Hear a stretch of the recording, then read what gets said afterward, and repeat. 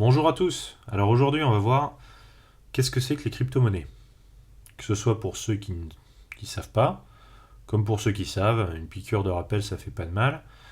Vous remarquerez le Bitcoin qui tourne, effet spécial de ouf que j'ai mis en place.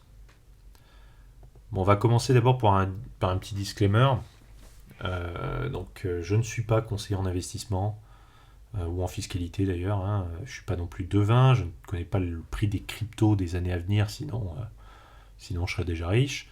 Donc, quoi qu'il arrive, faites vos propres recherches. Tout ce que vous allez faire, ben voilà, c'est votre responsabilité à vos risques et périls. Moi, je ne suis là que pour vous partager mon enthousiasme et ce que je sais. Bon, maintenant que ça c'est dit, on va commencer par un rappel historique. Alors, pourquoi et comment les cryptos ont émergé dans le temps? Eh bien, on peut dire que tout ça, ça a commencé avec, comme vous vous en doutez, avec Internet, dans les années 90. Donc il y a l'émergence de ce réseau mondial décentralisé euh, qui permet d'échanger de l'information partout dans le monde extrêmement rapidement. Et du coup, certains économistes, comme Milton Friedman, se disent ce serait quand même vachement bien de se servir de ce réseau pour créer une monnaie, ben, justement une monnaie qui en bénéficie. On pourrait échanger des choses d'un bout à l'autre de la planète sans difficulté. Voilà, donc, ce serait cool. Dans le même temps, il y a une autre communauté euh, un petit peu différente, les cypherpunks, cypher pour cryptographie, qui eux voient l'émergence aussi, pareil, d'Internet, des données personnelles qui s'y échangent, et eux, ça les inquiète, ils se disent, oula, pour des grands groupes à des fins commerciales, ou alors pour des agences gouvernementales de renseignement, ces données informatiques qui circulent librement, ça va poser problème. Il faut qu'on invente des outils, des systèmes pour garantir la vie privée, et puis dans le même temps pour pouvoir se détacher de tous ces systèmes étatiques. Il y a un côté un peu idéaliste, anarchiste, libertarien, enfin comme vous voulez, qui du coup veut inventer une monnaie Internet qui peut s'échanger en toute discrétion, c'est-à-dire de manière anonyme, comme on veut, sans passer par aucun intermédiaire bancaire ou autre. Dans le même temps, vous avez deux crises économiques. Il y a la bulle Internet en 2000 qui explose, qui calme un peu tout le monde, et puis il y a surtout la crise financière des subprimes en 2008, qui commence à mettre le doute sur l'efficacité, la solidité, la fiabilité de notre système financier et bancaire mondial. Il y a la faillite de certaines banques, il y a d'autres banques etc., qui sont renfloués par des politiques accommodantes des banques centrales. Donc voilà, tout ça, ça énerve un peu tout le monde. Donc on voit des premiers projets qui émergent, des premiers projets de crypto-monnaie. Il y a le DigiCash, Hashcash, Bimonier, BitGold. Tout ça, ce sont des projets qui n'existent plus aujourd'hui, sauf erreur, mais parce qu'ils n'ont pas résolu tous les problèmes d'une crypto-monnaie, on va voir ça, mais chacun de ces projets ont apporté un petit peu leur pierre à l'édifice, ont permis l'émergence de certaines briques technologiques qui ont plus tard été réutilisées pour les crypto-monnaies, notamment le Bitcoin. Alors, quand je vous dis qu'une crypto-monnaie, c'est difficile à concevoir, c'est parce qu'il y a trois défis majeurs comment dire, à surpasser. Il y a le problème de scalabilité. Ça veut dire la mise à l'échelle. Ça veut dire qu'en fait, une crypto-monnaie, devez pouvoir l'utiliser pour 3 personnes. Bon, ça c'est facile, mais aussi pour 7 milliards de personnes qui passent des transactions toutes les secondes. Là, ça devient déjà plus compliqué. Euh, Ensuite, il y a un souci de décentralisation qui n'est pas obligatoire, puisque notre système bancaire, il est assez centralisé. À chaque fois, c'est centralisé par des banques qui remontent jusqu'aux banques centrales. Mais voilà, là, c'était plutôt un objectif à la fois technique pour assurer la robustesse, l'antifragilité du réseau, d'avoir quelque chose de complètement décentralisé comme Internet. Comme ça, si on coupe la moitié du réseau, ben, la crypto-monnaie continue à survivre et le registre aussi de manière décentralisée sur l'autre partie du réseau.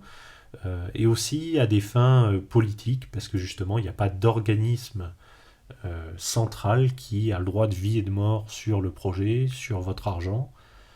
Euh, de plus, il ne peut pas être ciblé par un État ou par des groupes qui veulent s'en débarrasser parce qu'il est décentralisé, donc vous n'avez pas une cible dédiée à abattre. Donc voilà, pour tout un tas de raisons, à la fois politiques et techniques, on voulait un réseau décentralisé. Et enfin, bah, évidemment, le problème de sécurité qui est évident. Hein. On ne veut pas que nos crypto-monnaies partent en fumée en 2 secondes. On veut pas que quelqu'un passe des transactions à notre place. On ne veut pas qu'il y ait de double transaction, c'est-à-dire que il faut que une pièce de monnaie soit utilisée, un bitcoin par exemple, soit utilisé qu'une seule fois. Euh, et autant c'est facile dans la vraie vie, parce qu'une fois que vous avez donné votre billet, bah, vous l'avez plus dans la poche. Autant d'un point de vue informatique, c'est compliqué parce que on peut tout copier-coller, donc c'est que des suites de 0 et de 1. Hein. Vous pouvez copier-coller des images par exemple. Donc là, comment faire pour rendre un jeton, une pièce informatisée unique? Donc tout ça, c'est des soucis qu'il a fallu résoudre. Mais bon, avec le temps et l'émergence justement des différentes briques technologiques, on arrive en 2008 à une première solution technique qui émerge, et qui d'ailleurs va subsister jusqu'à aujourd'hui, c'est le Bitcoin. Et surtout, quel est le concept derrière? Ben, il y a le concept de blockchain. Alors en 2008, il y a Satoshi Nakamoto. Non, c'est pas le vrai nom du mec ou du groupe de personnes, hein, c'est un pseudo, c'est un peu comme Shakespeare, on ne sait pas trop qui ou quel groupe est derrière tout ça. C'est encore inconnu aujourd'hui, et d'ailleurs, ce fameux Satoshi Nakamoto n'a plus rien publié depuis 2011, donc voilà, parti en fumée, on ne saura probablement jamais qui c'est. Il lance le white paper du Bitcoin. White paper, c'est le livret blanc, c'est-à-dire c'est un document de 9 pages qui décrit les principes de fonctionnement et puis les intentions qu'il y a derrière Bitcoin. Donc voilà, et le 3 janvier 2009, c'est là que vraiment le Bitcoin naît, avec le premier bloc de la blockchain qui est miné par Satoshi lui-même. Donc on a fêté les 13 ans il n'y a pas si longtemps de la création du Bitcoin. Donc qu'est-ce qu'il y a derrière? Il y a l'invention de 2 choses. Pour créer une crypto-monnaie, il faut créer un coin, une pièce qui va remplacer vos euros, vos dollars. Mais ça c'est bien, mais il faut inventer surtout le registre des transactions qu'il y a derrière. Et ça existe depuis la nuit des temps. C'est pour ça que l'écriture d'ailleurs a été inventée avec les tablettes d'argile sumérienne où on marquait un tel doigt tant de blé à un tel, etc., etc. Donc ce registre de transactions qui est aujourd'hui géré par les banques et la banque centrale, il a fallu créer un système qui puisse être fait informatiquement, mais justement sans une seule entité, qui est partagée complètement par le réseau, et ça a été l'invention de la blockchain. Alors ça, c'est une chaîne de blocs, chaque bloc enregistre des transactions, est validé, on passe au bloc suivant. J'y reviendrai dans une prochaine vidéo, mais voilà, ça c'est vraiment un truc qui n'existait pas technologiquement avant, et qui a permis l'émergence d'une crypto-monnaie qui résout les 3 défis que j'ai cités précédemment. Et depuis, vous allez me dire, et depuis, qu'est-ce qui s'est passé? Il y a eu plus de 16 000 cryptos qui ont été inventés. Alors là-dedans, il y a à boire et à manger, mais déjà, il faut se dire que derrière les cryptos, qu'est-ce qu'il y a? Il y a des blockchains, et il y a eu d'autres blockchains, d'autres réseaux de transactions qui ont été inventés depuis, avec chaque blockchain avec son avantage ou une vision technologique un petit peu différente. Il y a la blockchain Ethereum qui a permis les smart contracts. Il y a la Binance Smart Chain, c'est un peu, je vais caricaturer, mais c'est un peu un copier-coller d'Ethereum moins cher. Il y a Réseau Avalanche avec 3 sous-réseaux pour différentes raisons. Il y a Solana qui est plus récente, beaucoup plus rapide, plus économique et qui a une autre méthode de validation. Bref, il y a plein d'autres blockchains, d'autres réseaux qui ont émergé avec différentes solutions techniques. Et du coup, il y a d'autres cryptos. Alors dans les cryptos, il y a 2 familles. Il y a les coins. Les coins, c'est les cryptos natives des blockchains. Par exemple, Bitcoin, c'est le coin du réseau Bitcoin, de la blockchain Bitcoin. Ethereum, la blockchain Ethereum, elle a l'ETH, l'Ether. La Binance Smart Chain, elle utilise du BNB. Bref, à chaque fois que vous avez une blockchain, vous avez une crypto native qui permet de payer les frais de transaction de cette blockchain. Et ceci dit, il y a des tokens qui sont créés. Alors ça, les tokens, c'est des jetons qui sont créés en utilisant les technos des blockchains pour différentes utilisations. Alors ça peut être des moyens de paiement, hein, comme des coins normaux, mais ça peut être aussi d'autres usages, d'autres projets. Ça peut être des points de fidélité, des droits d'utilisation d'un produit, des droits de vote, et j'en passe. Ça peut servir à mille et une choses, mais à chaque fois, c'est juste une réutilisation de la blockchain et de la technologie sous-jacente. Donc, bref, c'est un marché en pleine expansion.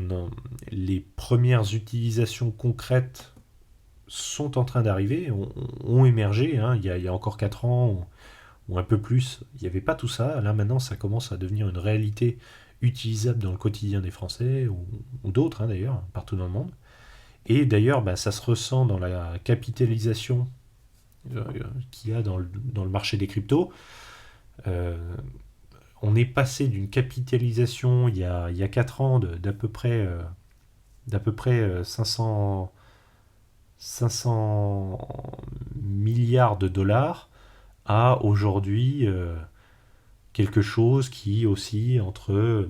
on a été à un top de 3000 milliards de dollars. Là, on est redescendu un petit peu à 2,4 milliards de dollars. Mais pour vous donner un ordre de grandeur, c'est à peu près la capitalisation boursière de Apple. Et c'est 1/5 de la capitalisation totale mondiale de l'or aujourd'hui. Donc vous voyez, ça explose avec le temps. Et ça va continuer d'exploser parce que des États, des institutions financières mondiales qui crachaient au début sur les cryptos s'y intéressent et investissent fortement dans le milieu parce qu'ils comprennent que ça va être une vraie révolution dans les usages. Et ça va permettre tout plein de choses, que ce soit les échanges mondiaux rapides. Ça va permettre aussi toute une nouvelle économie dans les métaverses, etc. d'émerger. Bref, l'avenir est devant ce marché. Le tout, c'est de comprendre les tenants et les aboutissants et qu'est-ce qu'il y a derrière. Et c'est pour ça que je vous invite à suivre ma chaîne, à aimer cette vidéo, à vous inscrire, vous abonner, mettre la petite cloche pour être informé des prochaines vidéos, et puis à vous inscrire sur ma chaîne Twitter et mon Telegram. Voilà. Je vous remercie d'avoir assisté à cette vidéo, et puis à bientôt pour une prochaine.